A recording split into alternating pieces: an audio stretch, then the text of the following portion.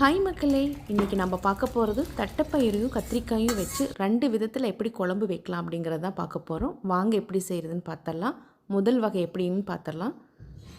1/2 cup தட்டைப்பயிர் எடுத்திருக்கேன். இது ஒரு வானலியில் பொன்னிறமாக வாசம் வர வரைக்கும் வறுத்தெடுத்துக்கணும்.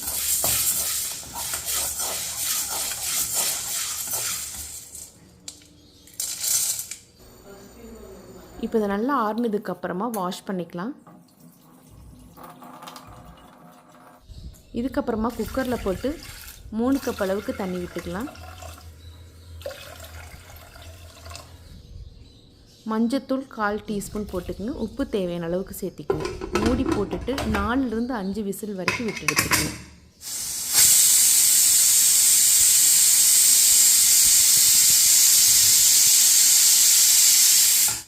இப்போ தாளிப்பு பார்த்தலாம். தேவையான அளவுக்கு எண்ணெய் விட்டுக்குங்க. எண்ணெய் காஞ்ச உடனே 1 டேபிள் ஸ்பூன் தனியா, 1/2 டீஸ்பூன் மிளகு, 1/2 டீஸ்பூன் கடலைப்பருப்பு, 1/2 டீஸ்பூன் உளுந்தம்பருப்பு, 1/2 டீஸ்பூன் சீரகம், இதெல்லாம் பொன்னிறமாக வர வரைக்கும் வறுத்தெடுத்துக்குங்க.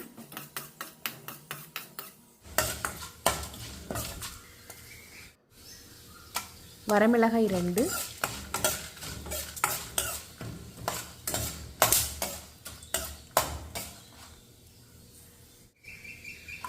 பூண்டு ஒரு 7 பல்லு, சின்ன வெங்காயம் ஒரு 6, இதையெல்லாம் வதக்கிக்கணும். நல்லா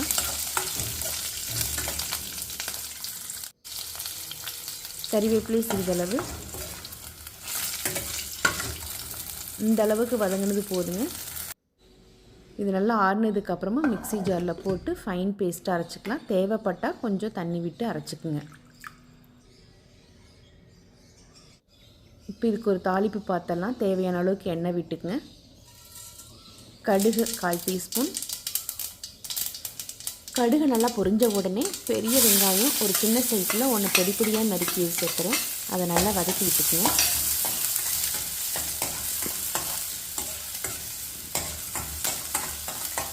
பச்சை மிளகாய் 2 சேர்த்திக்க. அவங்கவுங்க காரத்துக்கேற்ப கூட்டவோ குறைக்கவோ பண்ணிக்கணும். கறிவேப்பிலை சிறிதளவு. இதெல்லாம் வதங்கி வந்ததுக்கப்புறமா நம்ம அரிஞ்சு வச்சுருக்கிற 4 கத்திரிக்காயும் சேர்த்துக்கலாம். இது நீல வாக்கையும் அரிஞ்சிக்கலாம், இந்த மாதிரி குட்டி குட்டியாகவும் அரிஞ்சிக்கலாம். இது அவங்கவுங்க விருப்பத்துக்கேற்ப. 1/4 டீஸ்பூன் மஞ்சத்தூள். இந்த காய் வேகிறதுக்கு உப்பு சேர்த்திக்கலாம். இதை நல்லா வதக்கி விட்டுருங்க. சின்ன நெல்லிக்காய் சைஸ் அளவுக்கு புளி ஊறிட்டுருக்கு. இப்போ காய் நல்லா வெந்ததுக்கப்புறமா வேக வச்ச தட்டைப்பயிரை அந்த தண்ணியோடவே சேர்த்திக்குங்க.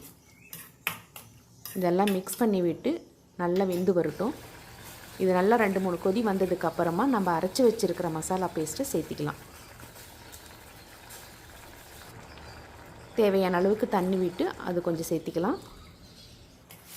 இப்போ இந்த காய் தட்டைப்பயிறு மசாலா எல்லாம் ஒன்று சேர்ந்து நல்லா வெந்து வர வரைக்கும் நல்லா வேக விடுங்க. கரைச்சி வச்சுருக்க புளித்தண்ணியை சேர்த்திக்கலாம். இதை நல்லா மிக்ஸ் பண்ணி விட்டுட்டு உப்பு இருக்குதான்னு செக் பண்ணிக்கோங்க. தேவைப்பட்ட இந்த இடத்துல சேர்த்திக்குங்க.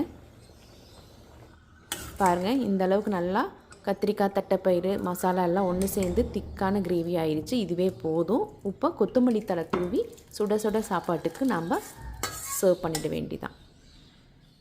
அடுத்ததான் நம்ம பார்க்க போகிறது 2வது வகை. இப்போ நான் 1/2 டம்ளர் தட்டைப்பயிர் எடுத்துருக்கேன். இது டைரெக்டாகவே நான் குக்கரில் வறுத்துக்கிறேன். பொன்னிறமாக வாசம் வர வரைக்கும் வறுத்துக்கிறேன். நான் இது ஏற்கனவே வாஷ் பண்ணி தான் வச்சுருக்கேன். இப்போ அது வறுப்பட்டதுக்கப்புறமா சுடு தண்ணி ஊற்றிக்கலாம். மஞ்சத்தூள் தேவையான அளவுக்கு சேர்த்திக்குங்க. மூடி போட்டு 4லிருந்து 5 விசில் வரைக்கும் விட்டு எடுத்துக்குங்க. ப்ரெஷர் ரிலீஸ் ஆனதுக்கப்புறம் ஓப்பன் பண்ணி பார்த்தலாம். பாருங்கள், தட்டைப்பயிர் நல்லா வெந்து வந்துருச்சு. இப்போ தாளிப்பு பார்த்தலாம். தேவையான அளவுக்கு எண்ணெய் விட்டுக்குங்க. கடுகு சேர்த்திக்கலாம்.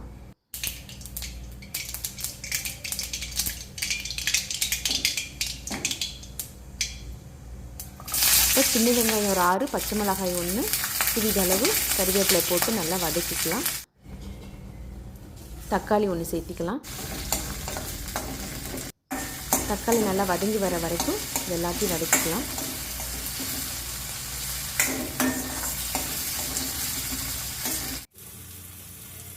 நாலு கத்திரிக்காய் நீல வாக்கில் அரிஞ்சிருக்கேன், அதை சேர்த்துக்கலாம்.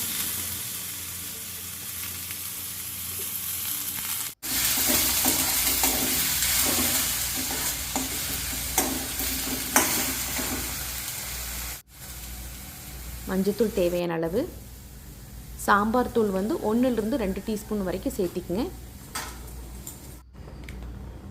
தனியாத்தூள் 1 டீஸ்பூன். இது எல்லாத்தையும் மிக்ஸ் பண்ணி விட்டுட்டு அந்த பச்சை வாசனை போகிற வரைக்கும் வதக்கி விட்டதுக்கப்புறமா வேக வச்ச தட்டைப்பயிறு தண்ணியோடவே சேர்த்திக்குங்க. சின்ன நெல்லிக்காய் சைஸ் அளவுக்கு புளியை ஊற வச்சு கரைச்சி வச்சுருக்கேன், அதை சேர்த்திக்கலாம். உங்களுக்கு குழம்பு எந்த அளவுக்கு வேணுமோ அதுக்கு தகுந்த மாதிரி காயும் தட்டைப்பயிறு அளவு வச்சு நீங்கள் தண்ணியை சேர்த்திக்குங்க. நான் சுடு தண்ணி தான் சேர்த்திக்கிறேன். இது நல்லா வெந்து வரட்டும். தேவையான அளவுக்கு உப்பு சேர்த்திக்குங்க. நல்லா கொதிக்கட்டும். தேவைப்பட்டால் நடுவால் கொஞ்சமாக தண்ணி விட்டுக்குங்க. தண்ணியாட்டு இருந்ததுன்னா திக்காகிற வரைக்கும் வேக விடுங்க. இன்னுமே வேகணும். பாருங்கள், இந்த அளவுக்கு நல்லா வெந்துருச்சு. இப்போ கொத்தமல்லி தழை தூவி சுட சுட சாப்பாட்டுக்கு இனி சாப்பிட வேண்டியதான். அவ்வளோதாங்க, சூப்பரான 2 விதமான கத்திரிக்காய் தட்டைப்பயிறு குழம்பு பார்த்தாச்சு. நீங்களும் இது பிடிச்சிருந்துன்னா லைக் பண்ணுங்கள், ஷேர் பண்ணுங்கள், கமெண்ட் பண்ணுங்கள். நன்றி, வணக்கம்.